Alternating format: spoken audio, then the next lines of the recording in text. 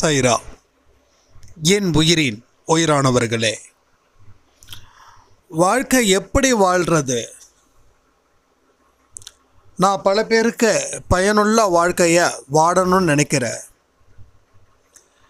ஆனால் பெரிய தடைகள் எனக்கு இருக்குது.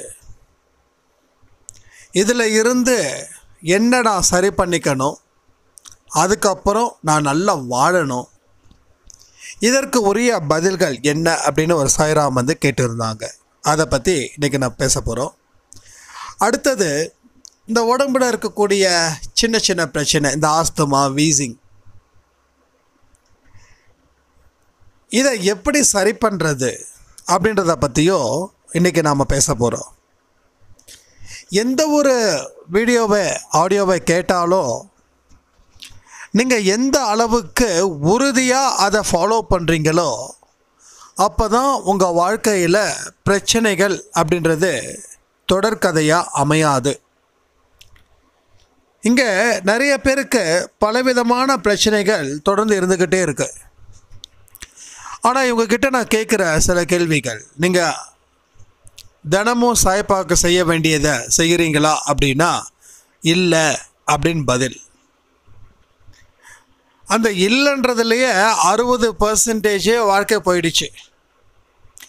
அடுத்தது, அன்பே சாய் ஆடியோவை கேட்குறீங்களா அப்படின்னு கேட்டால் அதுவும் இல்லை. அதாவது ப்ரைமரியே கேட்கல, செகண்டரி கேட்டால் என்ன, கேட்காட்டி என்ன, இருந்தாலும் ஒரு நம்ம சில விஷயம்லாம் சொல்கிறதால அப்படி. ஏன்னா அன்பே சாய் ஆடியோவை கேட்குறவங்க ஆரத்திய சச்சரிதம் எடுக்காமல் இருக்க மாட்டாங்க. அப்போ நான் நினச்சேன், நாம் 2வது கேள்வியை கேட்குறதே தப்பு. 2வது கேள்வியை ஏன் கேட்கணும்? ஆரத்தி சச்சரிதம் எடுத்தீங்கன்னா எடுக்கிறேன், அன்பே சாய் ஆடியோ கேட்குறீங்களா, அப்போ நம்ம கேட்கலாம். அப்போ ஆரத்தி எடுக்கலை, சச்சரிதம் எடுக்கலை, மெடிடேஷன் பண்ணலை, மனசை சரியாக வச்சுக்கலை, அப்படிப்பட்டவங்க அன்பே சாய் ஆடியோவை நிச்சயமாக கேட்டிருக்க சான்ஸே கிடையாதுன்றதையும் நான் புரிஞ்சுக்கிட்டேன். எனக்கு மட்டும் ஒரு கிட்டத்தட்ட ஒரு 4-5 பேர் பிரச்சனைகள் இன்னும் தீரலை, நான் அன்பே சாயில் தான் இருக்கேன் அப்படின்னு சொல்கிறாங்க. அப்போ அவங்கக்கிட்ட கேட்குற, என்னங்க எடுத்தீங்களா இல்லையா ஆரத்தி? நோ, டைம் இல்லை. காலையில் ஆஃபீஸ் போகிறதுக்கும் நைட்டு வீட்டுக்கு வர்றதுக்கும் தான் சரியாக இருக்குது நேரம், அதனால் எனக்கு டைம் இல்லை. சரிம்மா, நான் எனக்கு நைட்டு கொடுக்க வேண்டிய ஆடியோவில் பேசிக்கிறேன் இதை பற்றி அப்படின்னு சொன்னேன். இப்போ நீங்கள் வேலைக்கு எதுக்கு போகிறீங்க? ஏன் வேலைக்கு போகணும்? எதுக்கு வேலைக்கு போகிறோம் அப்படின்னா, அங்கே போனால் சம்பாதிக்கலாம், சம்பாதிக்கிற காசை குடும்பத்தை காப்பாற்றலாம். இதுக்காக எல்லாரும் சம்பாதிக்கிறோம். எல்லா மனுஷங்களும் அப்படி தான் சம்பாதிக்கிறோம் இல்லையா? அதுக்கு தான் சம்பாதிக்கிறோம். யாரும் ஏழைங்களுக்கு கொடுக்கணுன்றதுக்காக சம்பாதிக்கலை. முதல்ல என்னுடைய பசியை நான் தீர்த்துக்கிறேன், அதுக்கப்புறம் மற்றவங்களுக்கு நான் தானமாக கொடுக்குறேன். ஓகே, இது நல்ல பழக்கம், நான் தப்பு சொல்லவே இல்லை. அப்போது வேலைக்கு போனால் காசு வருதுன்னு சொல்லி தான் நீங்கள் வேலைக்கு போகிறீங்க. ஒருவேளை வேலைக்கு போகிற இடத்துல காசு வரலன்னா நீங்கள் வேலைக்கு போக மாட்டீங்க. புரியுதா? உங்களுக்கு உங்கள் முதலாளி சொல்கிறாரு, நீ 5 வருஷம் வேலை பார்த்தம்மா, உனக்கு சம்பளம் நான் நல்லா கொடுத்தேன், ஆனால் இனி அடுத்த 5 வருஷத்துக்கு உனக்கு சம்பளம் என்னால் கொடுக்க முடியாது, ஆனால் நீ வேலை பார்க்கணும் அப்படின்னா யாராவது வேலை பார்ப்போமோ? யாராவது வேலை பார்ப்பீங்களா? சொல்லுங்கள், கமெண்ட்டை சொல்லுங்கள். ஏன்னா சம்பாதிக்கிற காசு குடும்பத்துக்கு வேணும். ஆக மொத்தம் எல்லாரும் எதுக்கு வேலைக்கு போகிறேன்னா, குடும்பம் நடத்த தான் வேலைக்கு போகிறோம், சம்பாதிக்கிறோம். அப்போது நாம் அதை சரியாக செய்யும்போது ஆரத்தி சச்சரிதம் எடுக்கிறது மட்டும் ஏன் இவ்வளோ பிரச்சனைகள் இருக்குது? ஏன்னா இது செஞ்சால் காசு வராது, ஆனால் வேலைக்கு போனால் காசு வரும். நல்லா புரிஞ்சுக்கோங்க, நல்லா தெளிவாக புரிஞ்சுக்கோங்க. நம்ம எந்த அளவுக்கு அறியாமையின் நிழலில் இருக்கோம் அப்படின்றத நீங்கள் புரிஞ்சுக்கணும். அப்போ ஆரத்தி சச்சரிதம் நீங்கள் தினமும் படித்தா உங்களுக்கு ஒரு நாளைக்கு 1000 ரூபாய் கிடைக்கும் அப்படின்னா நீங்கள் செய்ய மாட்டீங்களா? அப்போது வேலைக்கு போனால் சம்பளம், ஆனால் ஆரத்தி சச்சரிதம் எடுத்தால் எனக்கு என்ன சம்பளமாக கிடைக்க போகுது? அப்போ நாம் என்ன பண்ணுறோம்? சம்பாதிக்கிறத ப்ரைமரி, அதுக்கு நம்ம இம்பார்ட்டன்ட் கொடுக்குறோம். ஆரத்தி சச்சரிதத்தை ரெண்டாவது வச்சுக்கிறோம். ஏன்னா அதனால் எனக்கு எந்த யூஸும் இல்லை. நீங்கள் டைரெக்டாக நினச்சாலும் சரி, இன்டைரக்டாக நினச்சாலும் சரி, இதான் உண்மை.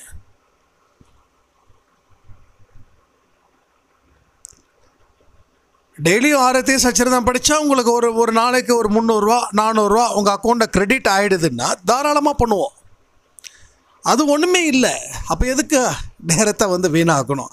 அந்த நேரத்தில் சீக்கிரமாக வேலைக்கு போனால் நம்ம நல்ல பேர் எடுக்கலாம், ப்ரமோஷன்ஸ் வரும், சம்பளம் அதிகமாக இருக்கும், நம்ம குடும்பத்தில் சந்தோஷமாக வாழலாம். இது நீங்கள் மட்டும் இல்லை, எல்லா மனுஷங்களும் செய்யக்கூடிய விஷயங்கள். புரியுதா உங்களுக்கு? ஸோ சம்பாதிக்கலாம், நல்லா வாழலாம், ஆனால் பிரச்சனைகள் இருக்கே. சம்பாதிக்கிறீங்க, வாழ்கிறீங்க, ஆனால் பிரச்சனைகள் இருக்கே. சில பேர் லட்சம் ரூபாய் சம்பாதிக்கலாம், சில பேர் கோடி ரூபாய் சம்பாதிக்கலாம், ஆனால் பிரச்சனைகள் இருக்கே. அப்போ இது மூலமாக நீங்கள் நிம்மதி இழந்திருப்பீங்களா, இல்லை நிம்மதி சந்தோஷம் அதிகரிக்குமா? ஒருத்தர் பெரிய பணக்காரர், அவர் சொன்னார் எனக்கு அது இருக்குது இது இருக்குன்னு. நாம் எல்லாரையும் ஒரே மாதிரி தான் பார்க்குறோம். அவர் என்கிட்ட சொல்லக்கூடிய ஒரே வார்த்தை, நல்லா சம்பாதிக்கிறோம், நிறைய சொத்து இருக்குது, வருமானம் வருது, ஆனால் நிம்மதி இல்லை. அப்போ நான் சொன்னேன், ஆரத்தி சச்சரிதம் இதெல்லாம் படிக்கணும்னு நினைக்கிறேன், ஆனால் படிக்க முடியல, ஏன்னா நேரம் இல்லை. சொத்து சேர்க்கிறவங்களும் சம்பாதிக்கணும்னு ஆசைப்படுறவங்களும் பேராசைப்படுறவங்களும் யாருக்குமே கடவுளுடைய விஷயத்தில் ஒரு 30 நிமிஷம் 40 நிமிஷம் உட்கார பொறுமை இல்லை. இது உண்மை. இதை நீங்கள் ஒத்துக்கிட்டீங்கன்னா உங்களுக்கு லைஃப் சூப்பராக இருக்கும். ஆனால் இதை ஒத்துக்கிறதுக்கே நான் ரொம்ப கஷ்டப்பட வேண்டியதாக இருக்குது. இல்லை தம்பி, அப்படிலாம் நான் இல்லை, நான் என்ன பண்ணுறது, நேரம் ஆகுதே அப்படின்னா, அப்போ தூக்கத்தை கம்மி பண்ணுங்கன்னு நான் சொல்லி திருப்பி கேட்டால் இதுக்கு என்ன பதில் சொல்லுவீங்க? அப்போ நீங்கள் என்ன சொல்லுவீங்கன்னா, இல்லை எனக்கு 6 மணி நேரம் தூக்கம் பத்தலை, நான் கொஞ்சம் சீக்கிரமாக எந்திரிச்சிட்டா எனக்கு இன்னும் பிரச்சனைகள் ஆகும். அப்போ வேலைக்கு போகிறவங்களும் வேலைக்கு போகாதவங்களும் ஆரத்தி சச்சரிதம் எடுக்கிறதுக்கோ படிக்கிறதுக்கோ இங்கே மனப்பூர்வமாக விரும்பலை. பலர் பேர் விரும்பலை. நான் சிலரை சொல்லலை, பலரை சொல்கிறேன். அப்போ உங்கள் வாழ்க்கையில் என்றைக்கும் பிரச்சனைகள் தொடர்ந்து இருந்துக்கிட்டே தான் இருக்கும். நீங்கள் வாழ வேண்டும் அப்படின்னு முடிவு எடுத்துட்டிங்கன்னா இந்த மாதிரியான எந்த ஒரு விஷயத்துக்கும் காம்ப்ரமைஸ் ஆகாமல் இருக்கணும். எனக்கு நேரம் இல்லைன்னு சொல்லக்கூடாது. எனக்கு சம்பாதிக்கிறதுக்கு தான் நான் முன்னுரிமை கொடுப்பேன், இதுக்கு நேரம் இருந்தால் நான் செய்வேன் அப்படின்னு நினைக்கவே கூடாது. நீங்கள் நினைக்கிறதால தான் அது செய்யலை. புரிஞ்சுக்கிட்டீங்களா? நீங்கள் நினைக்கலன்றதால தான் அது செய்யலை. மனுஷனுக்கு காசு ஆசை வந்துடுச்சுன்னா எல்லாத்தையும் மறப்பான். ஆனால் எவ்வளோ வந்தாலும் கொடுத்தவரையோ வாழ வச்சவரையோ படைத்தவரையோ பெற்றோரையோ கூட பிறந்தவரையோ ஏழை எளிய மக்களையோ மறக்கக்கூடாது. மறந்துட்டா கடவுள் நம்மளை மறந்துடுவார். அப்போ வாழணும் முடிவு எடுத்துட்டா சம்பாதிக்கிறது மட்டும்தானா? இல்லை. வாழணும்னு முடிவெடுத்துட்டா உங்களுடைய ஒவ்வொரு பார்வையோ எப்படி இருக்கணும்? பரிசுத்தமாக வச்சுக்க முயற்சி செய்யணும். எப்படி வாழணும் அப்படின்றதையும் நம்ம யோசிக்கணும். இது இப்படியே வாழ்ந்துட்டா இப்படியே தான் இருக்கும். நம்ம காலையில் ஒரு ஆடியோவில் கொடுத்துருந்தோம், வாழ்க்கையோடைய வாழ்வியல் முறை லைஃப் ஸ்டைலை சேஞ்ச் பண்ணாமல் உங்களால் எதையுமே சேஞ்ச் பண்ண முடியாது. வட்டத்துக்குள்ளே தான் ஒரு வட்டம் போட்டு வாழ்ந்துட்டுருக்கோம், வட்டத்துக்குள்ளேயே இன்னொரு வட்டத்தை போட்டு வாழ்ந்துக்கிட்டு இருக்கோம். அந்த வட்டத்துக்குள்ளே எத்தனை வட்டம் இருக்குதுன்னு தெரியல. ஒரு சாய்ராம் கமெண்ட் பண்ணாங்க, வட்டத்துக்குள்ளே சிக்கிட்டு இருக்க.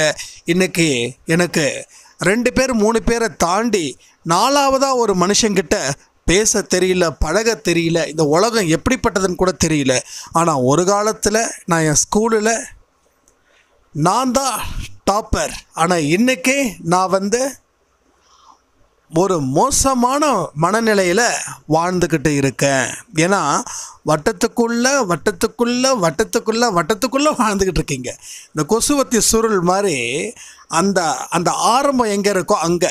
அப்போ உங்களை சுற்றி அத்தனை வட்டங்கள் இருக்குது. ஒவ்வொரு வட்டத்தையும் நீங்கள் கடந்து வரணும், அந்த இடத்துக்கு வரணும். அப்படின்னா அப்போது எப்படி வாழணும்? பணம் கண்டிப்பாக நமக்கு வேணும். ஆனால் பணம் சம்பாதிக்க கடவுளோட ஆசை வேணும். அப்போ கடவுளோட ஆசை வேணும்னா கடவுளை நீ என்ன பண்ணணும்? எப்படி பண்ணணும்? கடவுளை நாம் திருப்திப்படுத்தணும். எப்படி திருப்திப்படுத்தணும்? கடவுளுக்கு நன்றிகள் சொல்கிறதன் மூலமாக கடவுள் திருப்தி அடைவார். கடவுளுக்கு நேரத்தை ஒதுக்கி உங்கள் ஐம்புலன்களும் கடவுள் பக்கம் இருந்தால் கடவுள் திருப்தி அடைவார். எந்த விதமான அவசரமாக பூஜை பண்ணாமல் பொறுமையாக நிதானமாக கடவுளுக்கு செய்வதே என்னுடைய மிக சிறந்த பணி அப்படின்னு மனசில் நினச்சி பண்ணால் கடவுள் திருப்தி அடைவார். இது மாதிரி கடவுள் என்னென்ன வகையில் திருப்தி அடைவாங்க அப்படின்றத நாம் சொல்லிக்கிட்டே போகலாம். இது சொல்கிறதுக்கு ஒரு ஆடியோ பத்தாது, இன்னும் பல 1000 ஆடியோஸ் கொடுக்கணும். ஆனால் இங்கே ஏதாவது செய்கிறோமா? இல்லை. அப்போ நீங்கள் நல்லா சம்பாதிக்கணும் அப்படின்னா கூட கடவுளுடைய கண் பார்வை இருக்கணும். அது இருந்தால் தான் உங்களுக்கு நாளைக்கு அந்த கம்பெனியில் இருக்கக்கூடிய ஓனர் கெட் அவுட் அப்படின்னு சொன்னால் கெட்டின்னு சொல்கிறதுக்கு இன்னொரு முதலாளி நிற்பார். புரியுதா உங்களுக்கு? ஸோ எங்கேயும் நீங்கள் விழாமலே இருப்பீங்க. ஒருத்தர் பிடிச்சி தள்ளி விட்டுட்டாருன்னா யாராவது பிடிக்கிற வரைக்கும் நம்ம கண்டிப்பாக விழுந்துருவோம். பிடிச்சிட்டாங்கன்னா விட மாட்டோம். அப்போது தள்ளி விடுறதுக்கு முன்னாடியே இன்னொரு கரம் பாதுகாப்புக்காக இருக்கும். கீழே விட மாட்டீங்க. அந்த கரத்தை கொண்டு அவங்க உங்களை இறுக்கமாக பிடிச்சிப்பாங்க. ஸோ கீழே விட வேண்டிய அவசியமே இல்லை. கடவுளோட ஆசை இருந்துச்சுன்னா. இல்லை நீங்கள் நல்லா சம்பாதிப்பீங்க, திடீர்னு பார்த்தீங்கன்னா வேலை போயிடும். நீங்கள் எதுக்கு ப்ரைமரி கொடுத்தீங்களோ அது காணாமல் போயிடும். ஏன்னா கடவுளோட விளையாட்டு அப்படிப்பட்டது. புத்தர் சொன்ன மாதிரி எதில் கடவுளை தாண்டி எதில் நீ ஆசை வைக்கிறியோ அதில் தான் உனக்கு கஷ்டம், அழிவு இருக்குது. நீ பணத்தை தேடி ஓடுனா பணம் கிடைக்காம போயிடும். நீ வேறு எது மேலேயாவது ஆசைப்பட்டு அதுக்காக நீ உருகி உன் வாழ்க்கையை அடிமையாக்கினா அது உன்னை ஏளனமாக பார்த்து உன்னை கைவிட்டுடும். அது பொருளாக இருக்கட்டும், உறவாக இருக்கட்டும், யாராக இருக்கட்டும், எதுவாக இருக்கட்டும், இல்லை பதவியாக கூட இருக்கட்டும். அப்போது எப்படி வாழணும்? கடவுள் ஆசி எப்படி பெறணும்? பணம் சம்பாதிக்கிறது முக்கியம், குடும்பத்தோட ஸ்பெண்ட் பண்ணுறது முக்கியம், குடும்பத்தில் இருக்கிற உறவுகள்கிட்ட பேசுகிறது முக்கியம், உதவி செய்கிறது முக்கியம், பணிவிட செய்கிறது முக்கியம். ஆனால் அதை விட என்ன முக்கியம்? கடவுளுக்கு செய்யக்கூடிய பணிவிடை முதல் முக்கியம். அதை காலையில் எழுந்திரிச்ச உடனே ஆரத்தி எடுக்க சொல்கிறோம். ஒருவேளை டே டியூட்டியில் நைட் டியூட்டி இப்படி மாற்றி இருக்கிறவங்களுக்கு பிரச்சனை இல்லை. ஏன்னா வேலை செய்கிற நேரத்தில் வேலை மட்டும்தான் செய்யணும். வேலை செய்கிற நேரத்தில் இல்லை நான் ஆரத்தி எடுக்கிறேன், சச்சரிதம் படிக்க போகிறேன் அப்படி சொல்லக்கூடாது. ஸோ வேலை இருந்துச்சு, காலையில் எடுக்கலை, கடவுள் உன்னை மன்னிச்சிட்டாரு. வேலை எதுவும் இல்லை, நான் காலையில் எடுக்கலை, கடவுள் உன்னை மன்னிக்கவே இல்லை. கடவுள் உன்னை மன்னிக்கலை, கடவுளோட கருணை பார்வை இல்லைன்னா உன் பிரச்சனைகள் மறுபடியும் துரத்திக்கிட்டே தான் இருக்கும். அதுக்கு ஒரு முடிவே கிடையாது. அப்போ சச்சரிதமும் படிக்கணும், அன்பே சாயில் சொல்கிறக்கூடிய விஷயத்தையும் நாம் அதன்படி நடக்கணும். இந்த 2 விஷயமும் செய்கிறவங்களுக்கு வாழ்க்கையில் ஒரு மிகப்பெரிய ஒரு மாற்றங்களை சாயப்பா ஏற்படுத்துவாங்க. அதே மாதிரி இன்னொரு விஷயமும் நடந்திருக்குது. நம்ம சென்னையில் மொத்தம் 50 பேர் பெண்கள் அவங்க இந்த கணவனால் பாதிக்கப்பட்டிருக்காங்க. அது குடி மூலமாக சில விஷயங்கள் மூலமாக அவங்க நம்ம அன்பே சாயில் தொடர்ந்து ஆடியோ பார்க்குறவங்க அவங்க எல்லாமே ஒரு குரூப் மாதிரி ஃபார்ம் பண்ணி 50 பேரும் விடிய காலையில் 3:30க்கு ஆன்மா கூட 10 நிமிஷம் பேசுவதா என்கிட்ட சொல்லியிருக்காங்க. அந்த முயற்சியை நாளையில் இருந்து ஸ்டார்ட் பண்ணுறதா சொல்லியிருக்காங்க. ஸோ நீங்களும் 3:30க்கு நீங்கள் எங்கே இருந்தாலும் சரி அங்கே இருந்து நீங்கள் ஆன்மா கிட்ட பேசுங்க. ஏன்னா ஆல்ரெடி 50 பேர் புக்குடு. ஏன்னா இது ஒரு கூட்டு பிரார்த்தனை. அப்போ அந்த 3:30 மணிக்கு யாரெல்லாம் கணவர்கிட்ட இல்லை மற்ற உறவுகள்கிட்ட இல்லை உங்கள் குழந்தைங்க கிட்ட இல்லை உங்கள் மாமனார் மாமியார் கிட்ட யார் நல்ல மனுஷனாக மாறணும்னு எத்தனையோ புத்திமதிகளை சொல்லி அவங்க கேட்கலையோ அவங்கள நினச்சிக்கிட்ட 3:30க்கு பேசுவதற்கு 50 பேர் கொண்ட ஒரு சாய்ராம் ஒரு குரூப் ஃபார்ம் பண்ணி இருக்காங்க. அப்போ நீங்களும் அதில் ஜாயின் பண்ணிக்கோங்க. ஜாயின் பண்ணுறதுனா எப்படி குரூப் லிங்க் அதெல்லாம் எதுவுமே கிடையாது. அது அவங்களுடைய சம்மந்தப்பட்டது. அது என்னையும் இணைச்சிருக்காங்க. நீங்களும் அவங்களோட சேர்ந்துக்கோங்க. நீங்கள் 3:30க்கு தினமும் செய்யுங்க. இந்த விஷயத்தை கண்டிப்பாக மறக்காமல் செய்யுங்க. அதே மாதிரி ஒரு சாய்ராம் சொன்னாங்க, ஆனால் 3:30க்கு எந்திரிச்சா எனக்கு மறுபடியும் தூக்கம் வருமே அப்படின்னு. ஒரு 10 நிமிஷம் 15 நிமிஷம் சும்மா கண்ணை அசறது தப்பே கிடையாது. ஆனால் 1 மணி நேரம் 2 மணி நேரம் தூங்குனீங்கன்னா 3:30க்கு எந்திரிச்சா எனர்ஜி லெவல் அப்படியே போயிடும். என்கிட்ட ஒரு சாய்ராம் சொன்னாங்க, நான் 4 மணிக்கு எந்திரிச்சு ஆரத்தி எடுத்துடுவேன். அதுக்கப்புறம் 7 மணிக்கு என்னோடய பையனை ஸ்கூலில் விட்டுட்டு ஒரு 7 மணிலேருந்து 9 மணி வரைக்கும் நான் தூங்குவேன் அப்படின்னு. இது தப்பான ஒரு விஷயம். இதுக்கு நீங்கள் 4 மணிக்கு எந்திரிச்சிக்க வேண்டிய அவசியமே இல்லை. எந்த ஒரு விஷயத்தை பண்ணாலும் அதை கரெக்டாக பண்ணுங்கள். 4 மணிக்கு எந்திரிச்சு ஆரத்தி எடுத்துக்கிட்டு 7 மணிக்கு படுத்து தூங்கி 9 மணிக்கு எந்திரிச்சிங்கன்னா நோ யூஸ். அதில் உங்களுக்கு அது பிரச்சனை தான். நீங்கள் அதுக்கு 6 மணிக்கு எந்திரிச்சு ஆரத்தி எடுத்தாலும் பிரச்சனை கிடையாது. ஆனால் இப்படி பண்ணிங்கன்னா உங்களை நீங்களே ஏமாற்றிக்கிற மாதிரி. அப்போ கடவுள் எங்கெங்கே திருப்தி அடைவார்ன்றதை நான் ரொம்ப தெளிவாக சொல்லியிருக்கேன். வாழணும்னு முடிவெடுத்துட்டா உங்கள் முதல் மரியாதை யாருக்கு கொடுக்கணும்? கடவுளுக்கு. நீங்கள் கடவுளுக்கு மரியாதை கொடுத்துட்டா உங்கள் வாழ்க்கை அத்தனையும் ரொம்ப சிறப்பாக சாயப்பாக அமைச்சு கொடுப்பாங்க. இது 100க்கு 100 உண்மை.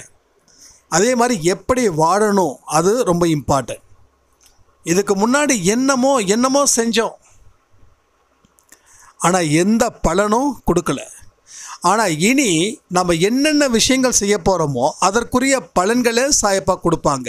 ஸோ எந்த எதிர்பார்ப்பும் இல்லாமல் நீங்கள் எந்தெந்த விஷயங்களை செய்யணும்னு சொல்லி முடிவெடுத்திருக்கீங்களோ அந்த விஷயத்தை தயவு செய்து தாமதப்படுத்தாமல் உடனுக்கு உடன் செய்ய ஆரம்பிச்சிடுங்க. ஏன்னா இது ரொம்ப நல்லது. ஏற்கனவே நம்ம தாமதத்தில் இருக்கோம், மறுபடியும் தாமதத்தை செய்ய வேண்டாம்.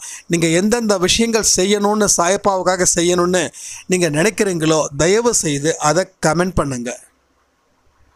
எதுக்கு சொல்கிறேன்னா, எத்தனை பேர் என்னென்னலாம் செய்யணும்னு மற்றவங்களுக்கு நீங்கள் ஒரு டிப்ஸ் கொடுத்த மாதிரி. ஸோ நான் கேட்குறேன் உங்ககிட்ட, ஆரத்தி சச்சரிதம் தினமும் பண்ணுறவங்க எத்தனை பேர்? அதே மாதிரி உங்ககிட்ட ஒரு விஷயம் சொல்லியிருக்கேன், அது நீங்கள் மறந்துட்டீங்களோ என்னமோ தெரியல. சச்சரிதம் என்னென்ன சாப்டர்ஸ் படிக்கிறீங்களோ அந்த சாப்டருடைய முக்கியமான விஷயத்தை கமெண்ட் பண்ண சொல்லியிருக்கோம். அது யாரும் பண்ணலை. நீங்கள் 10வது சாப்டர் படித்தீங்கன்னா ஃபுல்லாக பண்ண வேண்டாம். அந்த 10வது சாப்டரில் ஏதோ ஒரு 3 வரியோ 4 வரியோ கமெண்ட் பண்ணுங்களேன். அது படிக்காதவங்களுக்கு ஒரு பிளஸ்ஸிங்காக இருக்கும் இல்லையா? அதுக்காக சொல்கிறேன். ஸோ அந்த சாப்டரில் உங்களுக்கு என்ன மனசை தொட்டுச்சோ அந்த பகுதியை மட்டும் அப்படியே எடுத்து அப்படியே அதை படிச்சுக்கிட்டு அப்படியே இங்கே வந்து எழுதுங்க. இல்லையா உங்களுக்கு புரிஞ்ச எப்படியோ அதை அப்படியே வந்து கொடுங்க. ஏன்னா அன்பே சாயின்றது சும்மா வந்து உட்காந்துக்கிட்டு பேசுகிறதுக்கோ இல்லை பொழுது போக்குறதுக்கோ இல்லை. திரும்ப திரும்ப சொல்கிறேன், இங்கே வந்து ஒரு ஆழமான வாழ்க்கையை வாழ்வதற்காகத்தான் இந்த அன்பே சாய். வாழ்ந்து சாதிக்கணுன்றதுக்கு தான் இந்த அன்பே சாய், வேறு எதற்காகவும் இல்லை. வெட்டி கதையை பேசுவதற்கு நாம் வரல. பிரயோஜனமாக கடவுளுக்கு பிடிச்ச விஷயத்தை பேசுவதற்கும் செய்வதற்குமாக மட்டுமே நாம் இங்கே வந்திருக்கோம். அதே மாதிரி உறுதியான நிலையில் நம்ம யாரும் இருக்கிறதே இல்லை. நம்ம வாழணும்னு முடிவு பண்ணியாச்சு. ஆனால் ஒரு நாளும் ஒவ்வொரு விதமான மாற்றத்தை நாமளே ஏற்படுத்தியிருக்கோம். ஒரு நாள் பார்த்திங்கன்னா நான் வாழ்ந்துடுவேன் அப்படின்னு நமக்குள்ள ஒரு நம்பிக்கை. ஆனால் இன்னொரு நாள் பார்த்திங்கன்னா வாழ முடியாதுன்னு ஒரு அவநம்பிக்கை. ஏன் இந்த மாதிரி இந்த ரெண்டு விஷயங்கள் தொடர்ந்து நடக்குது அப்படின்னா, நீங்கள் எந்த ஒரு விஷயத்தையும் தினமும் செய்கிறது இல்லை. ஒரு நாள் செய்கிறீங்க, அது மூலமாக உங்களுக்கு என்ன நடக்குது, ஒரு கான்ஃபிடென்ட் வருது. அடுத்த 2 நாள் செய்கிறீங்க, அடுத்த 3 நாள் செய்கிறீங்க, அடுத்தது 30 நாள் செய்கிறது இல்லை. அப்போது செய்யாத அன்னைக்கு உங்களுக்கு பிரச்சனை. அதாவது சாப்பிடாம ஒரு நாள் இருந்தீங்கன்னா நீங்கள் அன்றைக்கி எப்படி இருப்பீங்க, ரொம்ப டல்லாக இருப்பீங்க. தினமும் 3 வேளை சாப்பிட்டீங்கன்னா நீங்கள் டல்லாக இருக்க மாட்டீங்க. அப்போது நீங்கள் சாப்பிட்டதால் நீங்கள் அந்த அன்னைக்கு நல்லா ஆரோக்கியமாக இருக்கீங்க. நீங்கள் சாப்பிடாமல் இருக்கிறதால அந்த அன்னைக்கு ஆரோக்கியம் இல்லாமல் இருக்கீங்க. இதை நீங்கள் புரிஞ்சுக்கிட்டீங்க தானே? அப்போது எண்ணங்கள் உடலுக்கு உணவு முக்கியம் மாதிரி எண்ணங்களுக்கு உணவு எப்படின்னா இந்த மாதிரி ஒரு பாசிட்டிவ் ஆட்டிடியூடு மட்டுமே. நல்லா பாருங்கள், 5 நாள் 6 நாள் வாக்கிங் போவாங்க, ரொம்ப தெளிவாக இருப்பாங்க. உடம்பு வந்து சொன்னதை கேட்கும். எப்போ தூங்கணும் அப்படின்னு நினைக்கிறோமோ அப்போ தூங்குவோம். எப்போ எந்திரிக்கணும் அப்படின்னு நினைக்கிறோமோ அப்போ எந்திரிப்போம். உடம்பில் இருக்கக்கூடிய சின்ன சின்ன பிரச்சனைகள், பெரிய பிரச்சனைகள் எதுவும் இருக்காது. அப்போது ஒரு வாரம் வாக்கிங் போயாச்சு. அப்போ எங்கேயாவது ஒரு பிரேக் வரும். ஒன்று ஊருக்கு போவோம், இல்லை ரிலேட்டிவ்ஸ் வருவாங்க. அப்போ நம்ம என்ன பண்ணுவோம், அன்றைக்கி நம்ம ஸ்கிப் பண்ணுவோம். அடுத்த நாள் ரிலேட்டிவ் வந்ததால் ஸ்கிப்புனா இப்போ ரிலேட்டிவ் போனதால் ஸ்கிப் பண்ணுவோம். அடுத்த 3 நாள் 4 நாள் நம்ம மறுபடியும் பண்ண மாட்டோம். மறுபடியும் என்ன ஆகுது, உடம்புல இருக்கக்கூடிய அத்தனை பிரச்சனைகளும் திருப்பி வரும். ஏன்னா இதை நான் பல முறை அனுபவிச்சிருக்கேன், அதை வச்சு நான் சொல்கிறேன். அப்போ அதே மாதிரி தான் நம்ம அன்பே சாயில சில விஷயங்களை சொல்லாமலோ, சிலது செய்யாமலோ, சிலது கேட்காமலோ விட்டுட்டா உங்களுக்கு பிரச்சனைகள் மறுபடியும் அதிகரிக்கும். நீங்கள் இதை கேட்டதாலேயோ இதை கேட்டதின்படி செஞ்சதாலேயோ உங்களுக்கு அந்த பிரச்சனைகள் இல்லை. ஆனால் இப்போ நீங்கள் கேட்கல, அதனால் எதையுமே உங்கள் மனசு ஏற்றுக்கலை. மனசு ஒரு பிளாங்காக இருக்குது, மனசு ஒரு இருட்டாக இருக்குது. இருட்டாக இருக்கிற மனசில் எந்த வெளிச்சத்தை எவ்வளோ பெரிய ஒரு பவர்ஃபுல் லைட்டு அடித்தாலும் அது வெளிச்சம் கொடுக்காது. அப்போ அதுக்கு தான் சொல்கிறேன் திரும்ப எந்த ஒரு விஷயத்தை செஞ்சாலும் முழுசாக செய்யுங்களே, நல்லா இருப்போம். கண்டிப்பாக நல்லா இருப்போம். நம்ம எல்லாரும் ரொம்ப சிறப்பாக இருப்போம், ரொம்ப சிறப்பாக இருப்போம். அதில் சந்தேகமே வேண்டாம். அப்போ திரும்ப எந்த நல்ல விஷயங்களை செய்கிறோமோ அதை நிறுத்திட்டா பிரச்சனை. வண்டி ஓடிக்கிட்டே இருக்குது, ஒரு NHல நல்ல வேகமாக வண்டி ஓட்டுறீங்க. நீங்கள் என்ன ஸ்பீடில் போகிறீங்களோ அதே ஸ்பீடில் மற்ற வண்டிகளும் வருது, பிரச்சனை இல்லை. இப்போ வண்டி திடீர்னு ஸ்பாட்டில் அப்படியே ஆஃப் ஆகிடுது. இப்போ என்ன ஆகுது, உங்களோட வண்டி மேலே பின்னாடி ஒரு வண்டி இடிக்குது, அது பெரிய ஒரு விபத்தை கொடுக்குது இல்லையா? அப்போ நீங்கள் ஓடிக்கிட்டே இருக்கும்போது பிரச்சனை இல்லை. நீங்கள் வண்டியோட ஸ்பீடை கொஞ்சம் கொஞ்சமாக ஸ்லோவாக கம்மி பண்ணும்போது பிரச்சனை இல்லை. ஆனால் சடனாக நிறுத்திட்டா பிரச்சனை. 100லே போகிறோம் அப்படின்னா கண்டிப்பாக நம்ம ஊர் வந்தால் கண்டிப்பாக வண்டி வந்து ஸ்லோ பண்ணி தான் நிறுத்துவோம். ஆக நம்ம வீடு வரைக்குமே அந்த 100 ஸ்பீடில் வந்து வரமாட்டோம். அப்போ 100ல் போகிறோம், அதுக்கப்புறம் நம்ம ஸ்பீடு கம்மி பண்ணணுன்னா அதுக்கு தகுந்த மாதிரி நம்ம வண்டி ஓட்டுறோம். ஸோ நான் இந்த ஸ்பீடில் தான் ஓட்டுறேன் அப்படின்றத பின்னாடி இருக்கிறவனுக்கு நம்ம புரிய வைக்கிறோம். அவங்களும் புரிஞ்சுக்கிறாங்க, அவங்க அதன்படி ஓட்டுறாங்க. அப்போ திடீர்னு நிறுத்திட்டா, நீங்கள் திடீர்னு நிறுத்தணும் முடிவு பண்ணிட்டீங்க. ஆனால் உங்களுடைய முடிவு பின்னாடி இருக்கிறவனுக்கு எப்படி தெரியும்? அவன் போட்டு சாத்திடுவா. அப்போது உங்களுக்கும் பிரச்சனை, காருக்கும் பிரச்சனை, அவங்களுக்கும் பிரச்சனை, அவன் காருக்கும் பிரச்சனை, எல்லாருக்கும் பிரச்சனை. அப்போ நல்ல விஷயங்கள் தொடர்ந்து நம்ம செய்யும்போது நிறுத்திட்டா பின்னாடி இருக்கக்கூடிய கர்மாக்கள் லபக்குன்னு பிடிச்சிடும். இந்த முதல்ல எவ்வளோ பெருசு, அது வாயை திறந்தா உள்ளே போயிடுவோம். அது வாய் திறக்கிறதால நம்ம உள்ளே போக போகிறது இல்லை. அதோட வாய்க்கு உள்ளே பூந்த அது வாயை மூடினாதான் நம்ம சட்னி. அதுக்கு திறந்துட்டுருக்கிற முதல்ல நினச்சா மட்டும் உள்ளே போயிட முடியாது. அப்போது அந்த கர்மா என்ன பண்ணும், அதனுடைய வாயில் நாமளே போய் விழுந்துடுறோம். அதனால் அது வாயை இறுக்கி மூடிக்குது. அப்போ கர்மான்றது முதலுடைய வயிற்றுக்குள்ளே, அங்கே வாழவும் முடியாது, சாவவும் முடியாது. இதை புரிஞ்சுக்கணும். நிறைய பேர் சொல்கிறாங்க இல்லையா, வாழவும் முடியல சாவவும் முடியலன்னா எனக்கு சட்டுன்னு இந்த ஞாபகத்துக்கு தான் வரும். முதலோட வாய்க்குள்ளே போயிட்டோம், அது முழுங்காத ஒரு இடத்துல இருக்கிற மாதிரி நினச்சிக்கிறது. அப்போது என்ன பண்ணோம், அதை நம்மளை லாக் பண்ணும்போது அதோடைய பல் நம்ம மேலே படும், ரத்தம் வரும், காயம் வரும் இல்லையா. ஒன்று அதை நம்மளை முடிச்சிட்டா அடுத்த ஜென்மத்துக்கு ரெடி ஆகலாம், இல்லை வெளியில் துப்பிட்டா நம்ம சரி பண்ணிக்கலாம். ஆனால் அது இருக்கிறதோ தொண்டைக்கும் வாய்க்கும் இருக்கிற கேப்பில், சாப்பிட முடியாத ஒரு இடத்துல நம்ம சிக்கிக்கிட்டு இருக்கோம். அது நினச்சா எப்போ வேணாலும் நம்மளை சாப்பிடும், இல்லை அது நினச்சா எப்போ வேணாலும் அது நம்மளை துப்பிடும். அப்போ சாய்ப்பாவை துணைக்க அழைச்சிட்டா அது துப்பிடும். சாய்ப்பாவை துணைக்க அழைக்காமல் நம்ம விருப்பப்படி செஞ்சால் அது நம்மளை சாப்பிட்டுட்டு நம்மளை முடிச்சிடும். அப்போ அது துப்பணுமா இல்லை சாப்பிடணுமா நீங்கள் முடிவு பண்ணுங்கள். அதை துப்பணும் அப்படின்னா சாயப்பாவோட சொல்படி நீங்கள் கேளுங்க. எந்த ஒரு விஷயத்தையும் உங்களுடைய அறிவுக்கு கொண்டு போய் இது நடக்குமா நடக்காதா அந்த கேள்விகளாக விட்டுட்டு வாழ்க்கையில் நம்ம என்ன சொல்லி கொடுத்தோமோ அந்த பாடத்தை நீங்கள் படிச்சிங்க அப்படின்னா கண்டிப்பாக வாழ்க்கையில் சக்ஸஸ் ஆகலாம். ஏன்னா அன்பே சாய் திரும்ப திரும்ப சொல்கிறேன், மூட நம்பிக்கையை போதிக்கிறது இல்லை. பூஜைகளை செஞ்சாதான் நீ சிறப்படையணும் அப்படின்றதும் இல்லை. ஆரத்திய சச்சரிதம் ஒரு நம்ம நாட்டுக்கு தேசிய கீதம் மாதிரி. கடவுளுக்கு 24 மணி நேரம்னா, மொத்தமாக உங்களுக்கு 24 மணி நேரம்னா அதில் 1 மணி நேரம் சாய்ப்பாவுக்காக நேரத்தை ஒதுக்குனா அந்த முதலையோட வாய்க்குள்ளே இருக்கிற நாம் அந்த முதல்ல ஒரு நாளில் ஒரு நாள் நம்மளை துப்பிடும். இல்லைனா முதலோட வாய்க்குள்ளேயே உட்காந்து நம்ம கடைசி வரைக்கும் அதில் அகப்பட்டு அதுக்கப்புறம் நாமளே அதோட வாயில் கரைஞ்சி அது வயிற்றுக்குள்ளே போகிற மாதிரி தான் கணக்கு. எதை செய்யணுமோ அதை நீங்கள் முடிவு பண்ணுங்கள். அதே மாதிரி எல்லாருக்கிட்டையும் அன்போட இரக்கத்தோட கருணையோடு இருக்கணும்.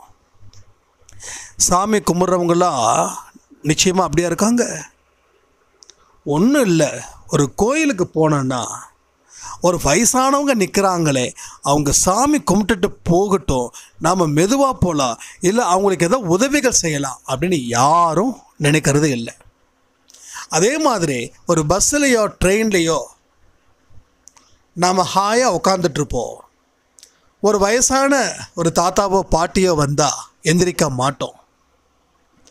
அந்த பாட்டியோ தாத்தாவோ நம்ம பக்கம் நின்றுக்கிட்டு இருந்தால் கூட நம்ம கண்கள் ஒன்று விண்டோ சைடை நோக்கி இருக்கும், இல்லைன்னா வச்சிருக்கிற மொபைலை நோக்கி இருக்கும். இதெல்லாம் ரொம்ப கொடுமை. இதே உங்கள் தாத்தாவோ உங்கள் பாட்டியோ, சொந்த தாத்தாவோ சொந்த பாட்டியோ இப்படி இருந்தால் இடம் கொடுப்பீங்களா, கொடுக்க மாட்டீங்களா? ஏன்னா இப்போ அதுவும் தாண்டிடுச்சு. சொந்த தாத்தாவது பாட்டியாவது எனக்கு என்னுடைய வசதி தான் எனக்கு முக்கியம்னு சொல்லக்கூடிய ஒரு யங்ஸ்டர்ஸ் உருவாகிட்டுருக்காங்க. இது ஒரு மோசமான வாழ்க்கையை அவங்களுக்கு கற்றுக் கொடுக்கும். நாளைக்கு அவங்களும் 60 வயசு ஆகும்போது அப்போது அதே 20 வயசு, இப்போ உங்கள் ஏஜில் இருக்கிறவன் அதே 20 வயசில் அப்போ இருப்பான். அப்போது நீங்கள் எந்த அளவுக்கு பெரியவங்களை அவமானப்படுத்துனீங்களோ, திரும்ப சொல்கிறேன், நீங்கள் உக்காந்துட்டு இருக்கும்போது பெரியவங்க நின்னாங்கன்னா நீங்கள் அவங்கள அவமானப்படுத்துறதுக்கு சமம். ரெண்டாவது, ஒரு பெரிய பாவத்தை நீங்கள் அந்த நிமிஷம் வரைக்கும் செஞ்சிட்ருக்கீங்கன்னு அர்த்தம். அப்போ இதன் மூலமாக வாழ்க்கை சிறப்பு இல்லை, வாழ்க்கை வீழ்ச்சி. ஏன் வீழ்ச்சி ஆகிட்டே இருக்குதுன்னா, நீ தொடர்ந்து ஏதாவது ஒன்று பாவத்தை செஞ்சுக்கிட்டே இருக்க. அப்போது கோயில்லையும் நாம் இரக்கமாக இருக்கிறது இல்லை. ஒரு வெளியில் இது மாதிரி ட்ரெயின்லேயோ பஸ்லேயோ கூட்டம் இருந்த பகுதியிலையோ நம்ம உட்காந்துருந்தா கூட உட்காரணுன்னு இடம் கொடுக்கறதுக்கும் மனசு இல்லை. அப்போது உன் மனசு இவ்வளோ கல் மனசாக இருக்கு, நீ சாமியை கும்பிட்டா என்ன, கும்பிடாட்டி என்ன?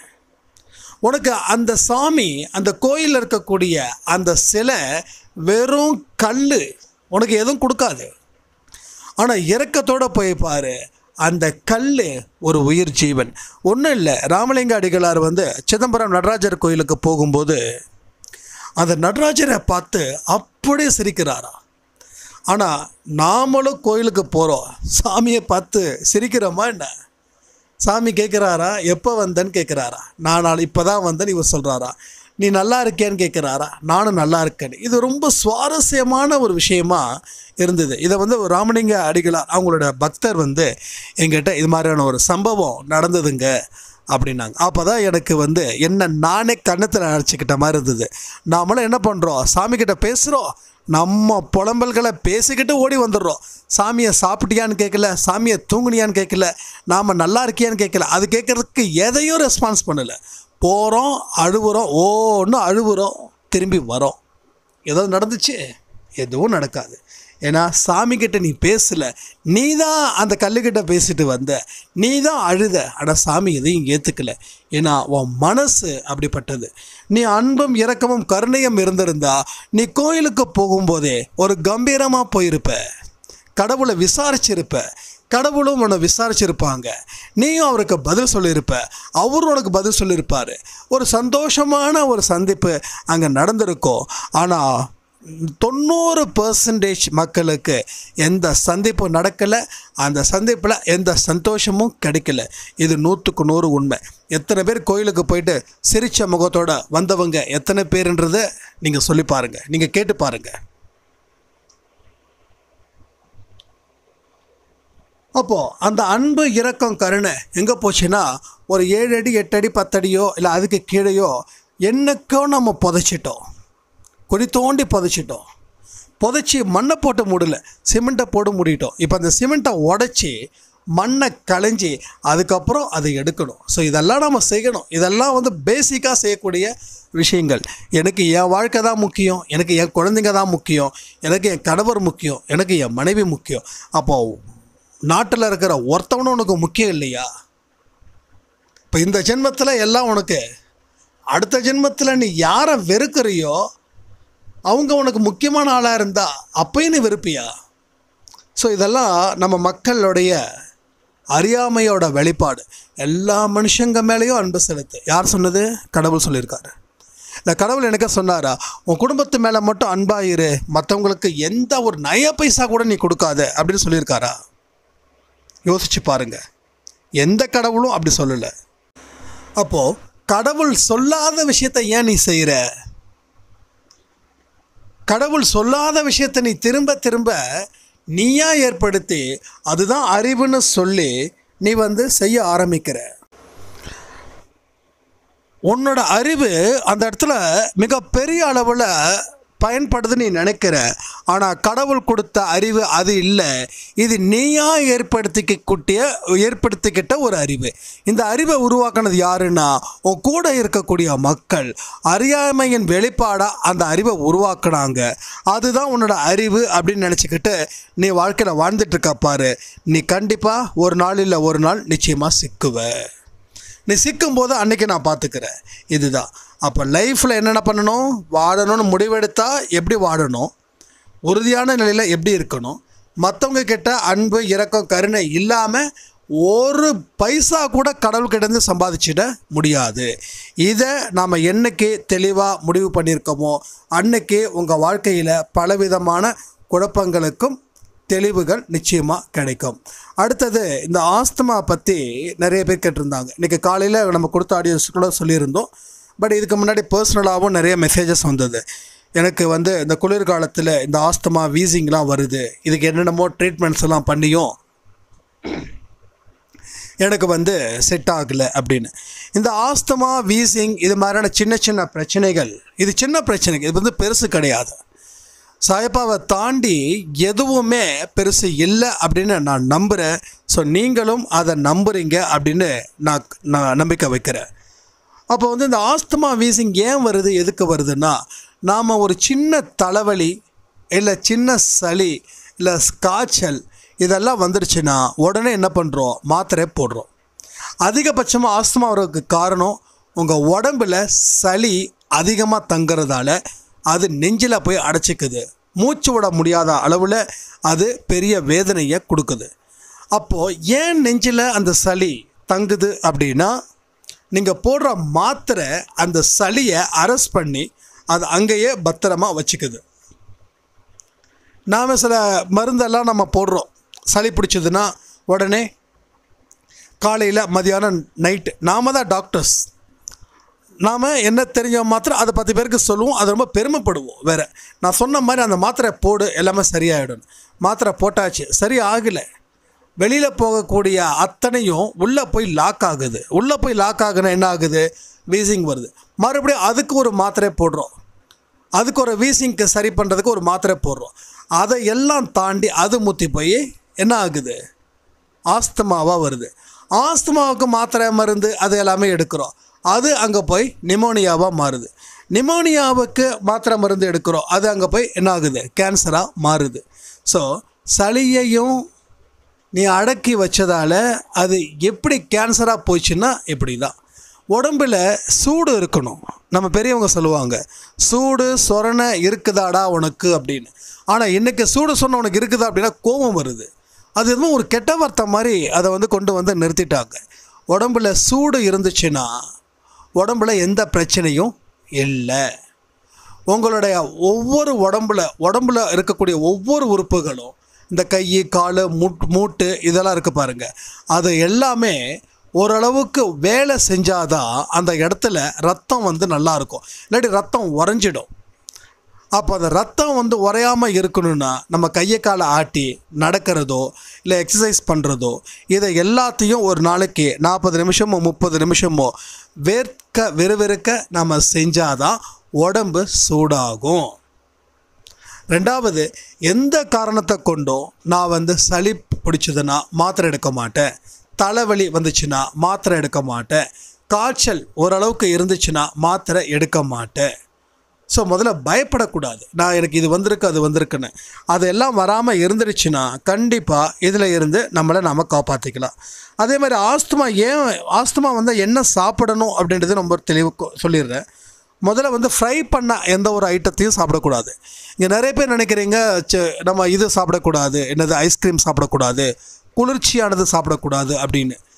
இது எந்த அளவுக்கு உண்மையோ அதே மாதிரி இன்னொரு உண்மையும் ஒன்று இருக்குது. வறுத்தது பொரிச்சது, அதாவது எண்ணெயால் உருவாக்கப்பட்டது எதையுமே சாப்பிடக்கூடாது. ஒரு உடம்பில் சில பிரச்சனைகள் வருதுன்னா அதுக்கு மெயின் காரணம் உடம்பில் நோய் எதிர்ப்பு சக்தி இல்லாதது மட்டுமே தான், வேறு ஒன்றுமே காரணம் இல்லை. உடம்புக்கு நோய் எதிர்ப்பு சக்தி இல்லை, அதனால தான் அந்த வைரஸை அதை எதிர்த்து போராட முடியாமல் அது தோற்று போயிடுது. தோற்று போனதால தான் உங்களுக்கு இந்த மாதிரியான பிரச்சனைகள் வருது. ஸோ 50 தாண்டினவங்க 60 தாண்டினவங்களுக்கு பல பேருக்கு நோய் எதிர்ப்பு சக்திகள் வந்து குறைஞ்சிடுது. அவங்க வந்து அதை பூஸ்ட் பண்ணிக்கிறதே இல்லை. மாத்திரை மருந்தில் சில பேர் வந்து எடுக்கிறாங்க, அதில் இருக்கக்கூடிய கெமிக்கல் கண்டென்ட் வந்து உங்கள் உடலில் இருக்கக்கூடிய உறுப்புகளுக்கு மிகப்பெரிய அளவில் பிரச்சனைகளை கொடுக்குது. அப்போ நோய் எதிர்ப்பு சக்தி நான் சொல்ல வேண்டிய அவசியமே இல்லை. யூடியூப் சேனல்ஸில் நிறைய சேனல்ஸில் வந்து சொல்லிகிட்டு இருக்காங்க நோய் எதிர்ப்பு சக்தியை எப்படி வந்து நம்ம உடம்பில் வச்சுக்கிறது, அதுக்கு என்னென்ன விஷயத்தை நம்ம பண்ணுறது, என்னென்ன சாப்பிட்றது, எப்போ சாப்பிட்றது, எந்த நேரத்தில் சாப்பிட்றது, எவ்வளோ நேரம் தூங்குறது, இது எல்லாமே நான் சொல்லி தெரியணும் அப்படின்ற அவசியம் இல்லை. நீங்கள் சொல்லுங்கள் அப்படின்னாலும் சொல்லுங்கள், நானும் அதுக்கு தகுந்த மாதிரி ஆடியோஸை நான் நிச்சயமாக கொடுக்குறேன் நான். ஸோ உடம்பை எதிர்ப்பு சக்தியை அதிகரிங்க, பயம் இல்லாமல் இருங்க. ஸோ வீசிங் ஆஸ்துமா வர்றது ஒரு நோய் கிடையாது, அதை கொஞ்சம் கொஞ்சமாக நீங்கள் சரி பண்ணலாம். மூச்சு பயிற்சி ரொம்ப ரொம்ப முக்கியம். நல்ல மூச்சை எந்த அளவுக்கு ஆழமாக உள்ளே இழுத்து வெளியில் வர முடியுமோ பாருங்கள். ஸோ எந்த பயிற்சி செஞ்சாலும் ரொம்ப கடினமாக பண்ணாதீங்க. ஓரளவுக்கு கொஞ்சம் கொஞ்சமாக ஸ்டெப் பை ஸ்டெப்பாக தான் போகணும். ஸோ 48 நாட்கள் நீங்கள் சில விஷயத்தை செஞ்சால் மட்டும்தான் இதில் இருந்து மீண்டு வர முடியும். அதனால் இந்த ஐஸ்கிரீமு அண்டு ரொம்ப ஆயிலாக இருக்கக்கூடியது, இந்த பேக்கரி, இது எல்லாத்தையும் விட்டுட்டு ஆஸ்துமாவுக்கு சரி பண்ணுறதுக்கு சில இதெல்லாம் இருக்கும் இல்லையா, உணவு முறைகள்லாம் இருக்கும் இல்லையா, அதை நீங்கள் தொடர்ந்து ஃபாலோ பண்ணுங்கள். மிதமான வாக்கிங் வச்சுக்கோங்க. சில பேர் எனக்கு வீசிங் அதிகமாக இருக்குன்னா நடக்க முடியல அப்படின்னு நீங்கள் சொல்கிறீங்க இல்லையா, அது கரெக்டு தான், நானும் ஒத்துக்கிறேன். அதனால் எந்த அளவுக்கு மெதுவாக ஸ்லோ வாக் பண்ண முடியுமோ அந்த அளவுக்கு ஸ்லோ வாக் பண்ணுங்கள்.